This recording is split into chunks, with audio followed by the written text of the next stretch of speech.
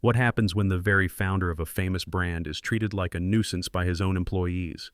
The old pickup truck rolled to a stop in a parking lot covered with dry leaves, the engine cutting off and leaving behind a silence so heavy it seemed to swallow every sound around it. Ethan Rowe sat motionless behind the wheel, both hands resting on the steering wheel, his eyes staring through the fogged-up windshield at store number 233, a small branch on the outskirts of Salt Point, one he had personally laid the very first brick for many years ago. A worn brown jacket hung loosely over his shoulders, faded jeans frayed at the seams, and an unshaven beard made him look like nothing more than a middle-aged man quietly searching for a cheap household item on a cold day. But beneath that simple exterior was a very different truth. He was the founder of Hearthline, a chain once celebrated in every business magazine as a symbol of heartfelt service. There was a time when he stood in that very first store, personally wiping down the counters, carefully arranging kitchen towels, bowing his head and sincerely thanking every customer just to earn their smile. But now, sitting here, Ethan couldn't help but wonder if those smiles still existed. Reports still arrived on time, filled with growth charts and praises for stability. But deep down, he no longer believed those cold numbers. His instincts told him something was rotting away, something that couldn't be measured by revenue or profit. Something called the heart of the brand, the very thing he had poured his life into building. The wind blew, swirling dry leaves across the ground, their rustling sound only adding to his restless mind. Ethan thought of the short email from an elderly customer he had read a week ago. "I used to love this store, but yesterday I felt like a nuisance when I walked in." Just one simple sentence, yet it had kept him awake for many nights. It wasn't a complaint about prices or product quality, it was about how they were treated, something Ethan had once considered the living soul of Hearthline. What had he missed all these years?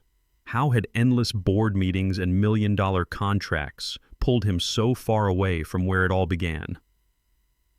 A brief wave of self-reproach passed through him, and his hands unconsciously tightened around the steering wheel, veins standing out beneath his skin. He took a deep breath, opened the door, and stepped out.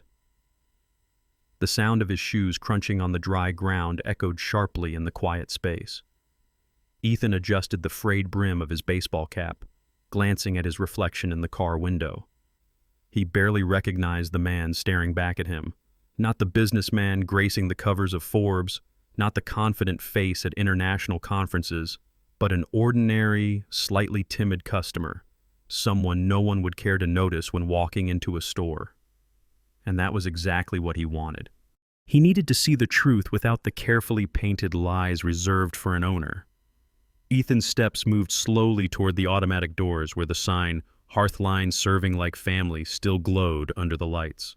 But he no longer felt pride looking at the slogan he had written himself years ago, only a faint, aching sadness.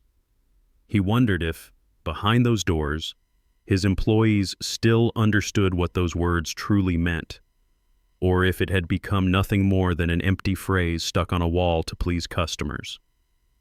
Taking another deep breath, Ethan pushed the door open and stepped inside, unaware that what awaited him beyond that door would forever change the way he looked at the very creation he once called his life's work. The moment Ethan Rowe stepped through the automatic doors, he hesitated slightly. The first feeling that hit him wasn't the familiar warmth that had once made him proud, but a cold, indescribable emptiness. It wasn't cold from the air conditioning, but from the fact that not a single employee lifted their head to acknowledge him. The shelves were neatly arranged. The bright white lights shone across rows of perfectly organized products, but everything felt like a stage meticulously set, missing its real actors.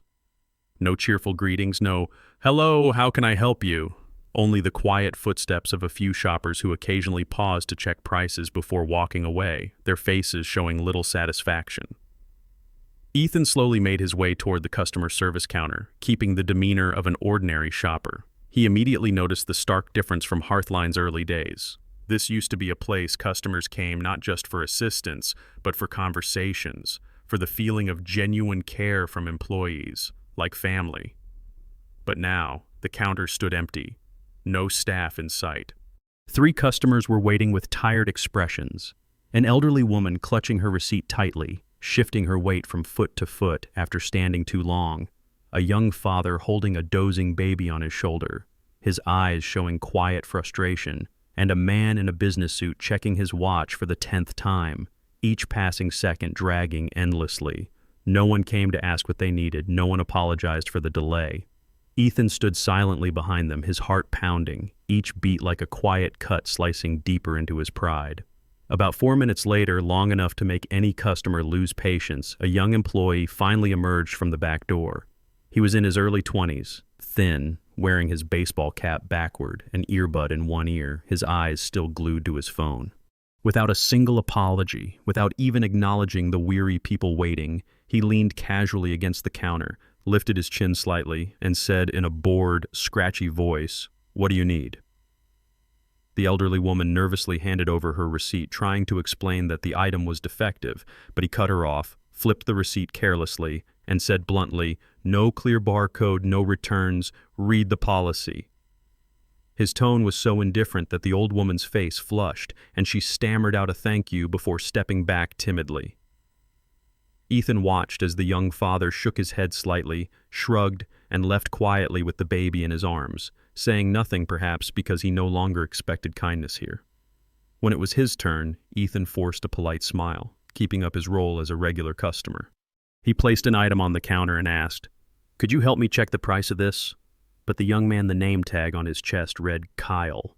Turner didn't even glance at him. Instead, he jerked his chin toward the far corner of the store where a few self-check machines stood, his voice sounding like a command. "Go scan it yourself." Everything happened quickly, coldly, like an automated response from a machine. In that moment, Ethan didn't get angry, nor did he say anything. He simply stood there for a few seconds, his eyes unconsciously drifting to the slogan hanging right behind Kyle. Hearthline serving like family. The words still glimmered under the lights, but the spirit behind them had completely vanished. Ethan pressed his lips together, stepped back, picked up the item, and walked toward the self-check machine. Inside him, instead of anger, a heavy disappointment settled in, like a thin layer of dust clinging tightly, impossible to wipe away. He realized that what he had feared all along wasn't losing customers or declining profits, but that the very soul of Hearthline was being stolen, right in the hands of those wearing its uniform. Ethan Rowe walked slowly down each aisle, his hand brushing lightly over the products in an unconscious habit, but his eyes weren't focused on the items, instead taking in every small detail of the space around him. The deeper he went, the more this place felt like a perfectly functioning body that had lost its heart. A shelf in the corner leaned slightly. A few packs of tissues had rolled onto the floor, yet no one bothered to pick them up. A promotional sign hung crookedly, its plastic strap swinging lazily in the breeze from the air conditioner, but no employee cared enough to fix it.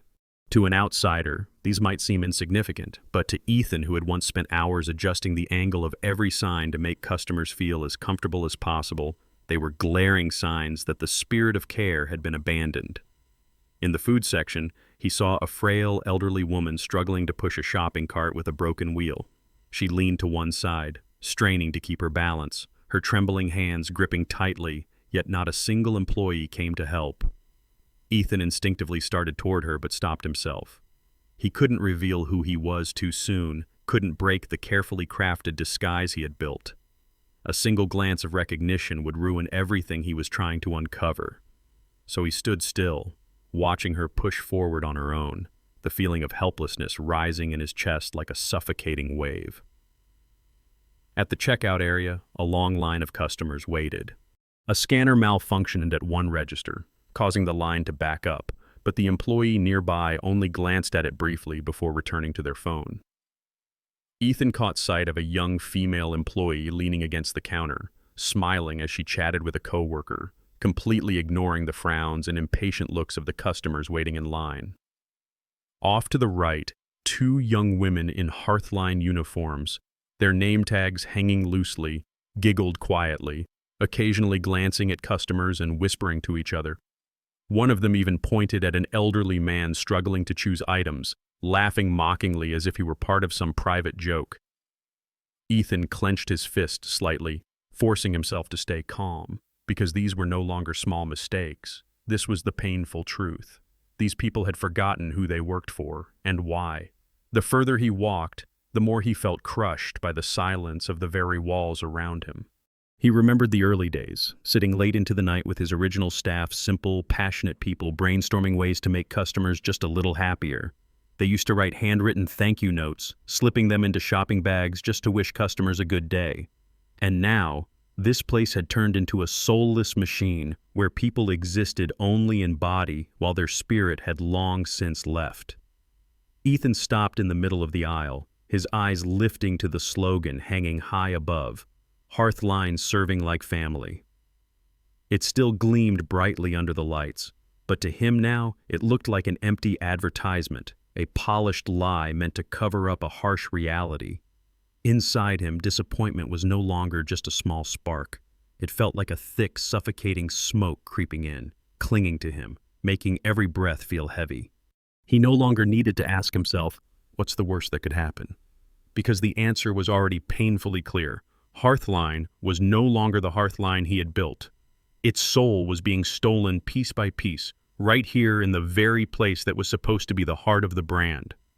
Amid the heavy atmosphere, where everything operated like a lifeless machine, Ethan Rowe suddenly stopped when he came across a different scene.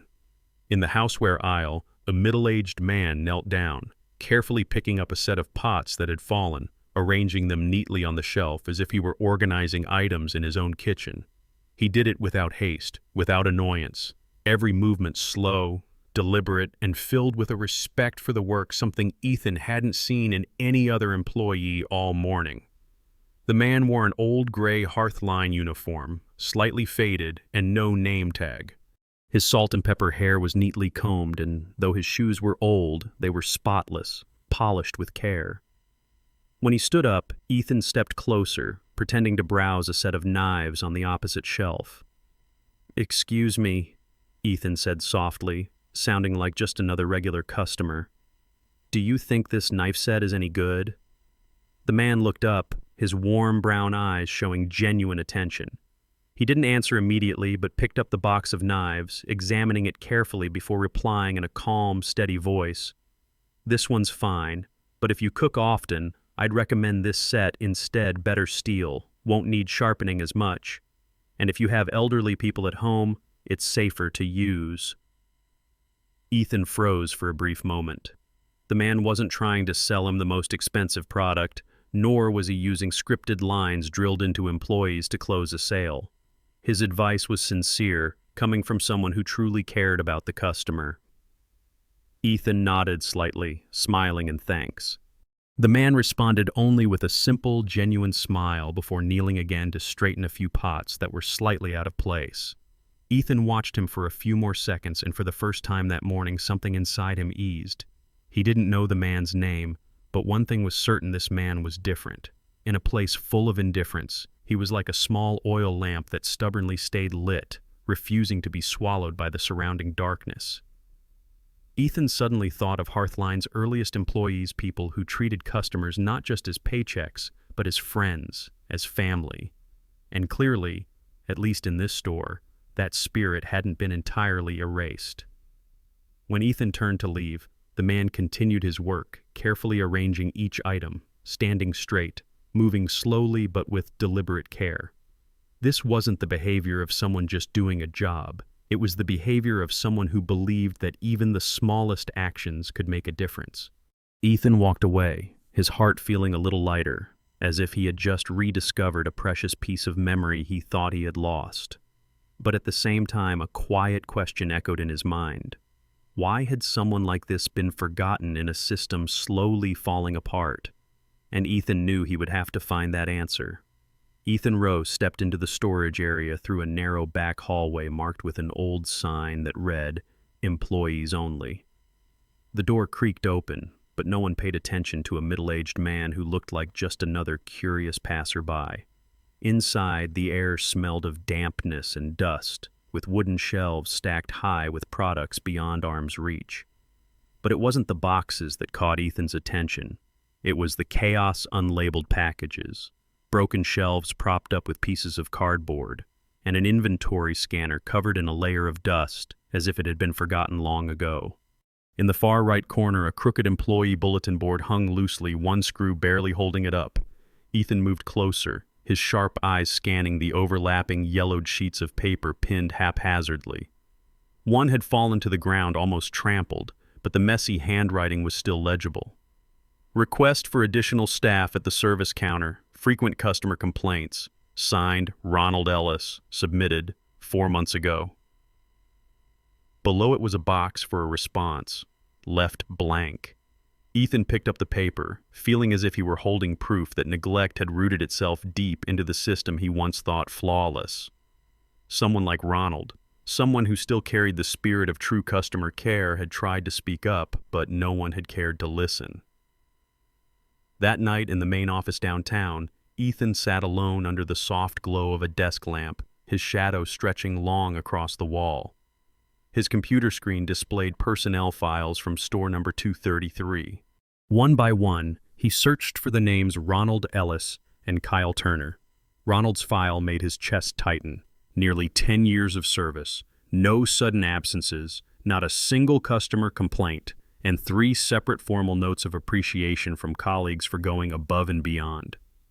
Yet, in the promotion recommendations section, every entry was marked, postponed, not a current staffing priority. At the bottom of the file was a small manager's note.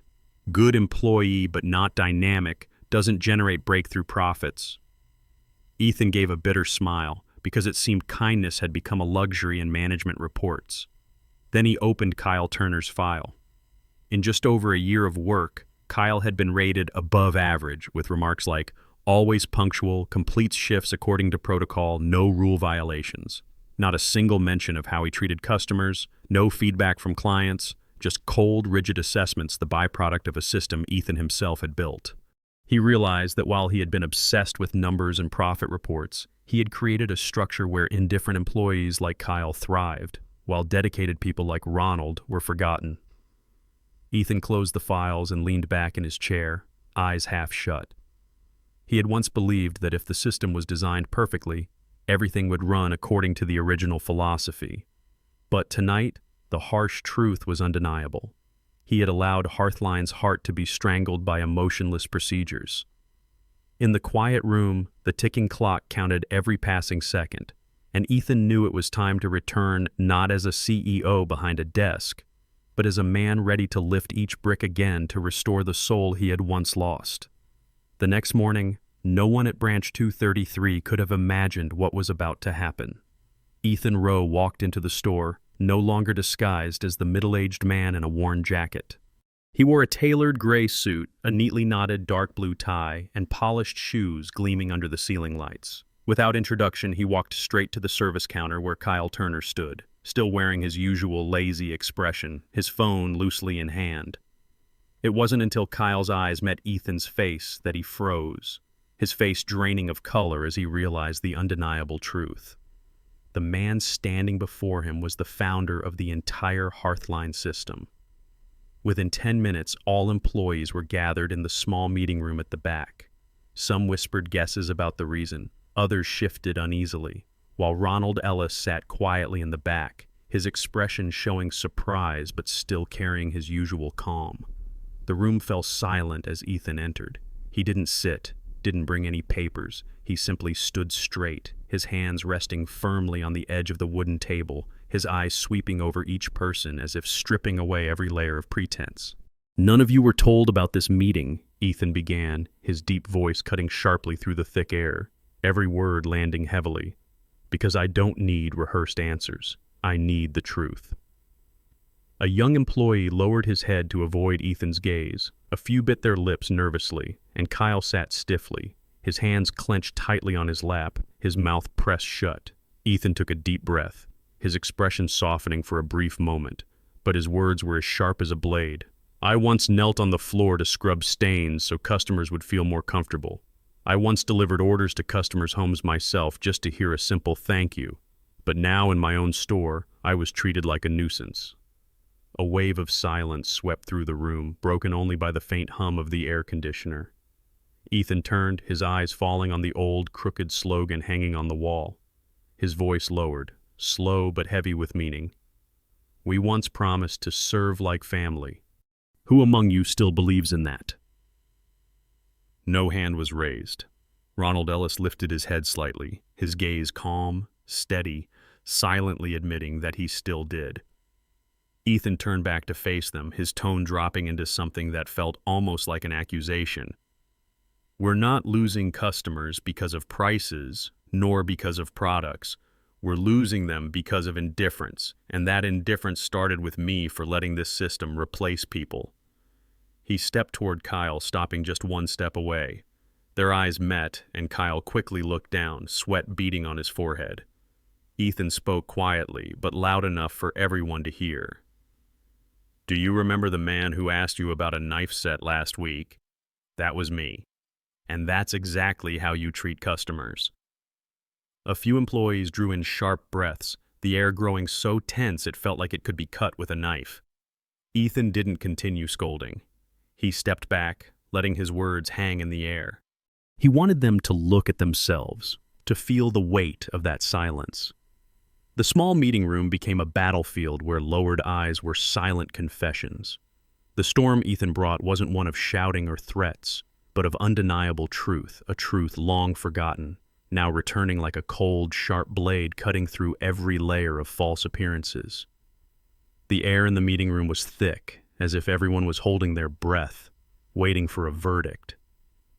Ethan Rowe stood still, his eyes sweeping over each face before stopping at the back of the room, where Ronald Ellis sat quietly, his hands clasped together, his gaze steady yet betraying a hint of unease. Ethan stepped toward him, the sound of his polished shoes tapping against the tile floor echoing in the silence, making the room feel even heavier. Stopping in front of the table, Ethan placed a blue folder down, his voice slow but firm, each word sinking deep into the minds of everyone present. Ronald Ellis, you have no idea how closely I've been watching you work. I've seen how you straighten every item, how you help every customer even when no one asks you to, even when no one praises you for it. You do it because you believe it's the right thing to do, and that doing what's right is exactly what Hearthline has been missing for far too long. The entire room turned to look at Ronald. Some whispered among themselves, others lowered their heads in shame. Ronald blinked, clearly surprised, his lips parting as if to speak, then closing again. Ethan pushed the folder toward him, his expression firm yet warm. Inside is the official decision. Starting today, you are the assistant manager of this branch. Not because you asked for it, not because I'm granting you a favor, but because you've deserved this for a long time. Murmurs spread through the room, then suddenly, someone began to clap, followed by more, until the applause filled the air. Ronald sat still, his hands trembling slightly as they rested on the folder, his eyes glistening. He gave a small nod, his voice hoarse. Thank you. But I was only doing what needed to be done. Ethan smiled faintly. Exactly. And because you expected nothing in return, you're more deserving than anyone else. When the applause finally died down, Ethan turned and walked slowly toward Kyle Turner. The young man sat with his head lowered, his hands clenched tightly on his knees, his face pale. Everyone held their breath, waiting for a harsh judgment. But Ethan didn't raise his voice, didn't show anger. He stopped just one step away, his tone calm but as sharp as a blade. Kyle, everyone probably thinks I'm going to fire you right here, and to be honest, I've considered it. Kyle looked up, fear flickering in his eyes, his lips starting to move as if to speak, but Ethan raised a hand to stop him. He continued, but I'm not going to do that. Not because you don't deserve to be fired, but because if I did, you'd leave believing you were just a victim of a top-down decision. I want you to stay to prove to yourself that you can be different. Starting today, you'll work under Ronald's guidance. You'll learn how to serve customers not for a paycheck, not out of fear of punishment, but because it's the right thing to do. Kyle said nothing, his eyes reddening as he slowly nodded. Ethan looked directly at him, his voice softening but remaining firm. "I'm not giving you a job. I'm giving you one last chance. And if you don't change, I'll be the one to walk you out of here." The room fell into complete silence, the only sound the heavy breaths of those holding back their tension. Ethan took a slow breath, stepping back, his gaze sweeping over the group. Hearthline was not built on profits. It was built on people like Ronald. If any of you are unwilling to change, you're free to leave today. But if you want to stay, remember this. We don't just sell products, we give people trust. In that moment, faces that had once been indifferent lowered in quiet shame, and several employees looked at Ronald differently with the eyes of people who had just been reminded that they too could still become something better. A month later, Ethan Rowe returned to Branch 233, but this time he didn't walk in with the stern presence of a CEO or the cold demeanor of an executive. He simply stood in the parking lot, hands tucked into the pockets of his long coat, quietly observing from a distance like a passerby who had stopped by chance. The afternoon sunlight streamed through the large glass windows, reflecting off the sign that read "Hearthline Serving Like Family." Today, that slogan no longer brought him the bitter feeling it once did. Instead, it looked like a promise finally being kept. From the entrance, he could already see the change. A young employee smiled and bowed slightly to greet an elderly woman who had just stepped in, his voice warm as if welcoming a familiar grandmother rather than a stranger. At the customer service counter, there was no longer the empty space and tired stares. A young employee patiently explained the return policy to a middle-aged customer, the smile never leaving his face. In the self-check area, a young man was helping an elderly couple use the scanner, speaking in a friendly, guiding tone. The cold, lifeless atmosphere from before had been replaced by the natural bustle of a place that genuinely cared about its customers. Ethan's eyes moved along the aisles until they stopped on a familiar figure, Ronald Ellis, now wearing a new name tag with small letters under his name, Assistant Manager. He was talking to a customer, his warm expression exactly as it had been the first time Ethan met him. After the customer left, Ronald walked over to a young employee, bending slightly to show him how to arrange the products neatly, giving him a gentle pat on the shoulder with his usual kind smile. In another corner, Kyle Turner, the same young man who had sat with his head bowed during that meeting, was carrying a large bag to a car for an elderly woman.